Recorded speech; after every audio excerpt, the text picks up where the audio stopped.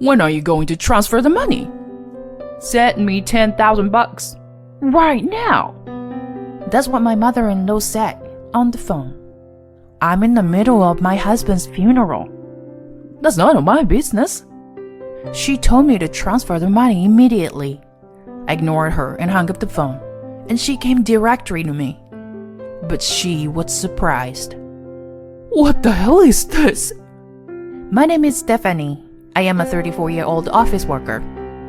I'm currently dating someone. His name is Alfred, and he is the same age as me. I met him through work. He works for a client of the company I worked for, and we often do business with each other. Basically, we had a serious business conversation. We were both serious about our work. But then he would unexpectedly throw in some of his jokes. It was funny, and we would laugh with each other. Of course, we were doing our jobs properly, but one of us makes a joke at the right moment, and the atmosphere instantly relaxes, and the deal proceeds in a rather good state. It was a drinking party that brought us close together.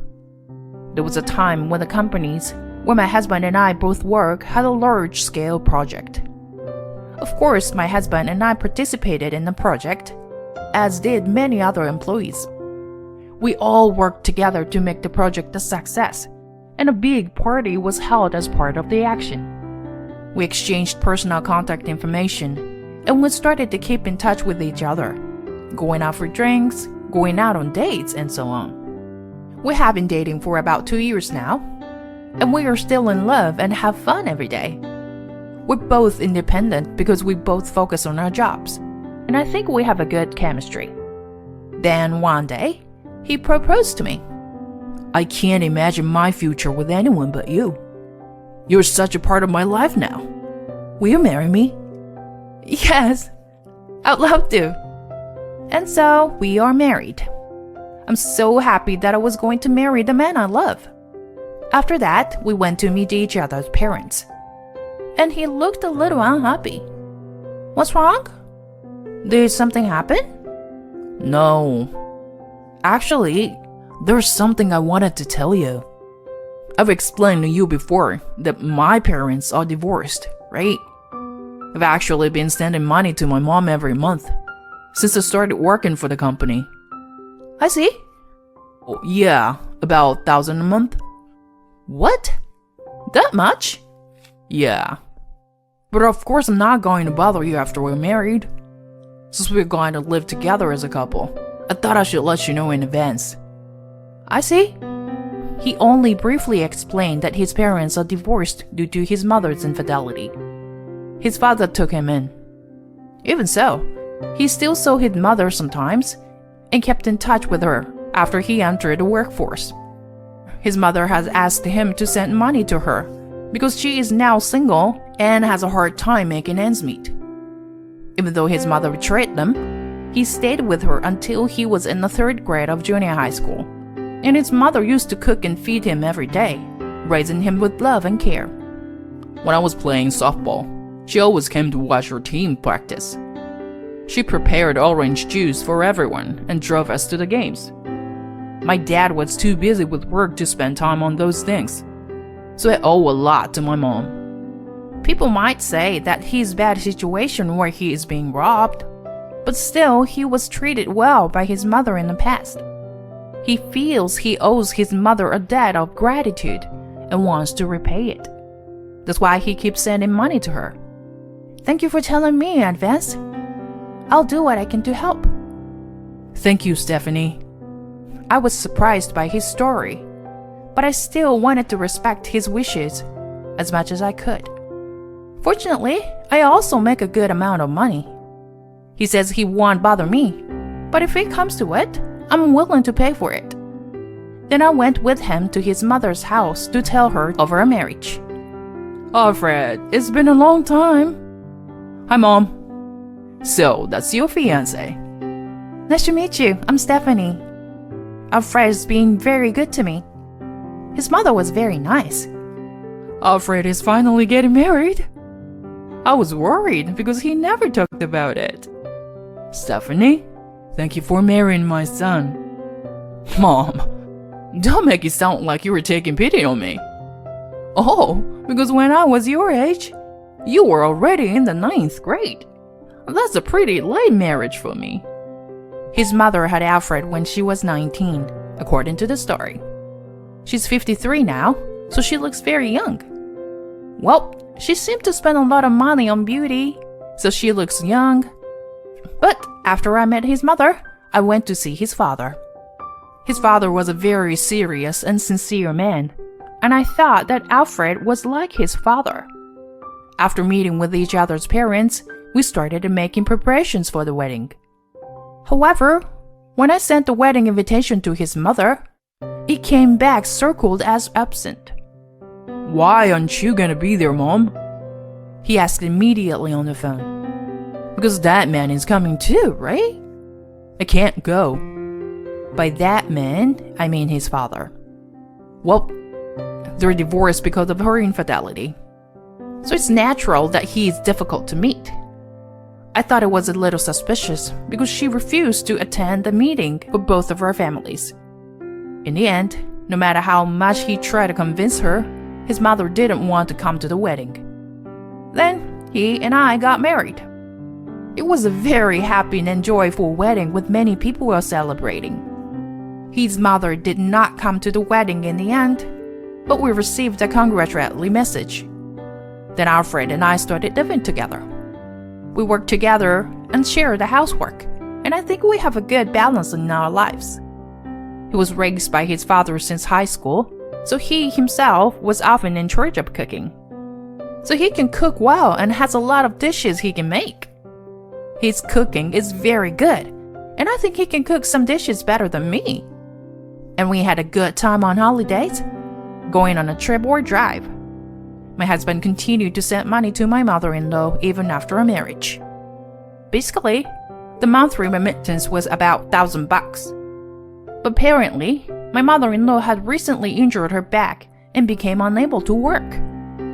Therefore, my husband received a call from her asking him to increase the amount of money he sends home. He was worried about my mother-in-law, so he decided to increase the remittance. Therefore, he increased it from $1,000 to $1,500 a month. My husband works for a large company, and he has a high income. However, it must be quite difficult for him to send $1,500 a month to his mother. I decided to pay more for our living expenses. I worked hard, and my income was high, so it was no problem for me. But my mother-in-law got carried away and asked him to send more money. It's a very hard life. I'm not working right now. You know that, right? I have to go to the hospital too. Maybe so, but I can't afford to send more money either. Are you saying you're abandoning your mother? No, that's not what I'm... Then send more money to me for my sake. My mother-in-law begged my husband repeatedly, and he ended up increasing her allowance to $2,000. It was okay to send her money up until then, but now I think she's asking too much. Well, he still owes his mother for raising him, and she said she had no one else to rely on, so my husband couldn't give up on my mother-in-law, although he was worried about it. So my husband worked hard at his job and got a promotion as a result. This has helped to raise her salary, and for the time being, life has not been so difficult. However, I thought that we would be able to afford it if we could reduce the amount of money we sent home. So my husband and I went to my mother-in-law's house to ask her to reduce her allowance. Oh, Alfred and Stephanie, what's up? My mother-in-law greeted us with a smile. But when we went to talk to her about reducing her allowance, she immediately became grumpy. What? Why? Well, it turns out that $2,000 is a little too much, so... You don't care what happens to your mother? I knew you would take his side. I'm not taking his side or anything, you know? Then why don't you help me? We have our own life. We might have a baby. We want to save as much as money we can for when that happens. Instead of something that you are unsure of, Shouldn't you be helping people in need now instead? I'm in financial trouble. That's how my mother-in-law insisted. You said you have back pain. I think you can do at least some desk job. I already told you I can't work. So help me. That's how angry my mother-in-law is. My husband and I were both exhausted by the situation. Is there any way out of this? I decided to go to the bathroom for a change. It was then that I noticed that the door to the room next to the bathroom was slightly ajar. I glanced in, and there was something that surprised me. What is that? I glanced toward it. At least she didn't notice. I quietly went into the room and took pictures of what was inside. Then, I went to the bathroom and came back to the living room, pretending that nothing happened. In the end, our attempt to reduce her allowance failed because my mother-in-law did not approve of it. After we returned home, I showed the picture to my husband. Could this be my mom's room? Actually, it was just open when I went to the bathroom, and I took photos of some things from there. Would you look at this one and this one? What? Aren't these all brand name stuff? That's right. And they're all new releases. So you're saying my mom buys a lot of brand name stuff? I guess so. My husband was red-faced and angry. I was sending money to mom because she was having a hard time making ends meet. I guess that means she's spending all this money I was sending her. I can't forgive her. I won't send money to her anymore. It's only natural that he would say that.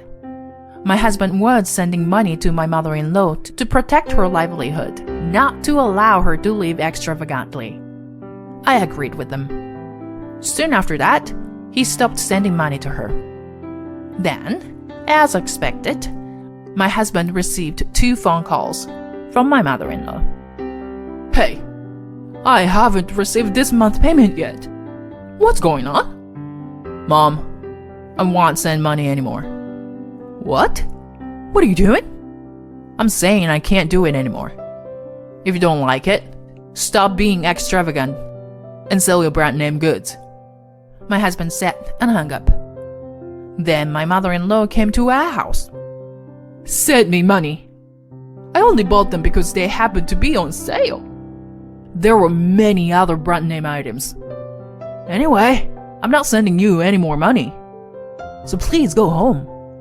My husband kicked her out without question. But after that, my mother-in-law kept coming back to ask for money. So we decided to move out. I can't trust her anymore. I didn't think she was that bad. She was so persistent that we hired a detective agency to investigate her.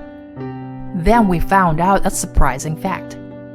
My husband was completely fed up with my mother-in-law. So we moved out of the house so that my mother-in-law would not assault us. Soon after that, my mother-in-law called me.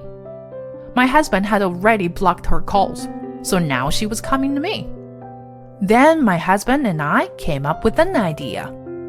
A few days later, I finally answered my mother-in-law's phone. Hey, when are you going to transfer the money? Do you know how many months it's been? 5 months! 5 months! How can you expect us to send you $2,000 a month for 5 months? Send me $10,000 quickly. I then told my mother-in-law. I'm in the middle of my husband's funeral. What? Funeral? Yes. My husband just recently passed away. Then my mother-in-law said something surprising. That's none of my business. What? Just transfer the money. Are you really saying that? Is money more important than your son's funeral? Of course. Money is more important. Even though you had an affair, he felt indebted to you for raising him, so he sent money to you even after he entered the workforce. He also told me about the time when he played softball. He said that you always drove the car and supported his team at practices and games. When I explained this, my mother-in-law snickered. He had it all wrong. I wasn't doing it for him. It was because the coach of the softball team at the time was a good-looking guy his age. He didn't know it, but the coach and I were having an affair. Oh no. I thought my mother-in-law was an arsehole. I don't care what you do, but can you please transfer the money to me as soon as possible? He was well paid and I'm sure he has a lot of money in his inheritance. Enough. We're in the middle of the funeral at a place called Madison Funeral Home. I will wire you the money. What? You don't have the authority to decide that. Just transfer the money. I ignored her and hung up. Then my mother-in-law came directly to me. Hey, I'm here because you didn't transfer the money. My mother-in-law came to me with a loud voice, and she was surprised with her eyes wide open. What? What does this mean? So you came. What? Afraid? And my mother-in-law looked around at the people there with a pale face. There were several people there, all of whom had been tricked by my mother-in-law into giving her money. I asked the detective agency to investigate, and they found out about that. Just recently, they had lost contact with my mother-in-law, and so there was no way to get her to return the money. So my husband and I came up with a plan to call my mother-in-law here. I expected her to come to the funeral, but I didn't expect her to talk like that. As a result, my mother-in-law came, but the damage to my husband must have been immeasurable. However, my husband seemed to be rather relieved. I now understand that I was not important to my mother.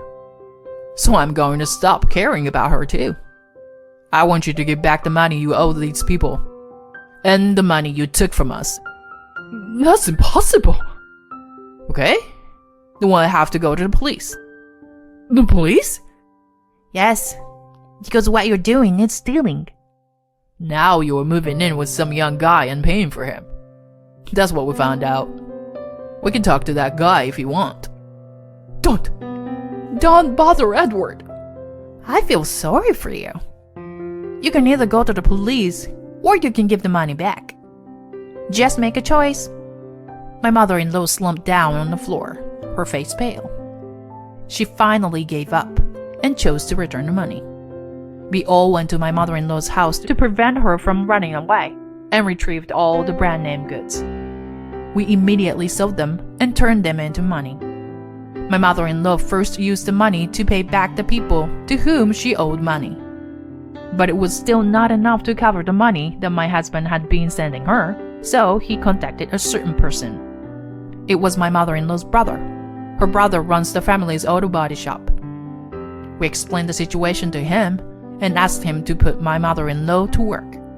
He had always been very fond of my husband, and he always did whatever my husband asked. And this time, my mother-in-law had done something terrible. So he said that he is responsible for punishing his sister and forced her to come out and help him with the family business. My mother-in-law tried to escape many times and moved into her young boyfriend's house. When my husband and my mother-in-law's brother went to talk to the guy named Edward, he immediately threw my mother-in-law's belongings out of the house, saying that he didn't want such a troublesome old woman. To me, she was just like a matron who gave me money. My mother-in-law was shocked to hear that from the guy to whom she had paid a lot of money. So my mother-in-law's brother took her out and put her to work to make sure she couldn't run away from home. In exchange of giving my mother-in-law food and shelter, she made sure that all the money she earned went to my husband. Things are going well for now, but my husband and I will continue to keep a close eye on my mother-in-law because she might do something wrong in the future. I will continue to be close to my husband and spend happy days as a married couple.